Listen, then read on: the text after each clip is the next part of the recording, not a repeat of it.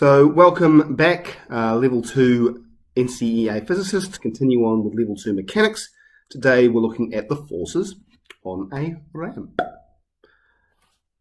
So already the big ideas that we're focused on are that acceleration is zero when net force is also zero. However, this doesn't necessarily mean that the object has stopped. It just might mean it's moving at constant velocity, not just at rest. Okay, but if you do have an acceleration of an object, there has to be a net force causing that acceleration. Okay, so think Newton's second law, the force equals the mass times the acceleration. Okay, so if you go into our school gym, you'll notice that the gym is on a 15-degree angle. And if you read a scale flat, you'll see that the scale will weigh about 585 newtons, yet in our gym, which is at a suspicious 15-degree angle, you'll see the scale will actually show a weight of 570 newtons. So why is this? Well, essentially, you've got to consider about the forces acting on that scale. Okay, so you've got a reaction force, which is going to be perpendicular to the surface, which is the ramp. You'll have a friction force, which keeps the scale on that ramp, and you'll also have a weight force acting straight down.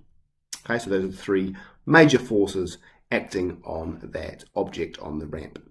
Okay, and in terms of the components of this weight force, you can choose the axes. So we're only looking at the forces which are parallel and perpendicular to the motion of that object on the ramp. Okay, so that means you've got to break down the weight force into its two components, the parallel component of the weight force and the perpendicular component of the weight force.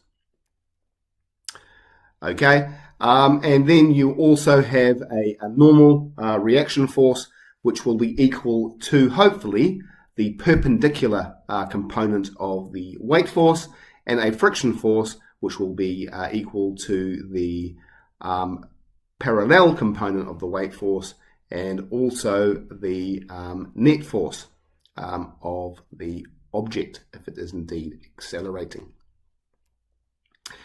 Okay, so in terms of our scale reading of a difference of 15 newtons, what you've actually now witnessed is the fact that the reaction force is going to be equal or less than the weight force. Okay, so the weight force is what you would see if it was just completely flat, but now you've got these different components affecting the angle scale weight that you see.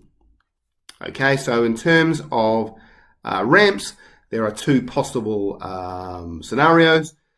You've got the equilibrium, so that's when the reaction force equals the perpendicular component of the weight force. The friction force will equal the parallel component of the weight force, and the net force therefore will be 0 newtons. Therefore the acceleration will be 0 meters per second. So either the object is at rest or it is moving at constant velocity down the ramp. The other way is that you've got acceleration. This time the reaction force will be equal to the perpendicular component of the weight force.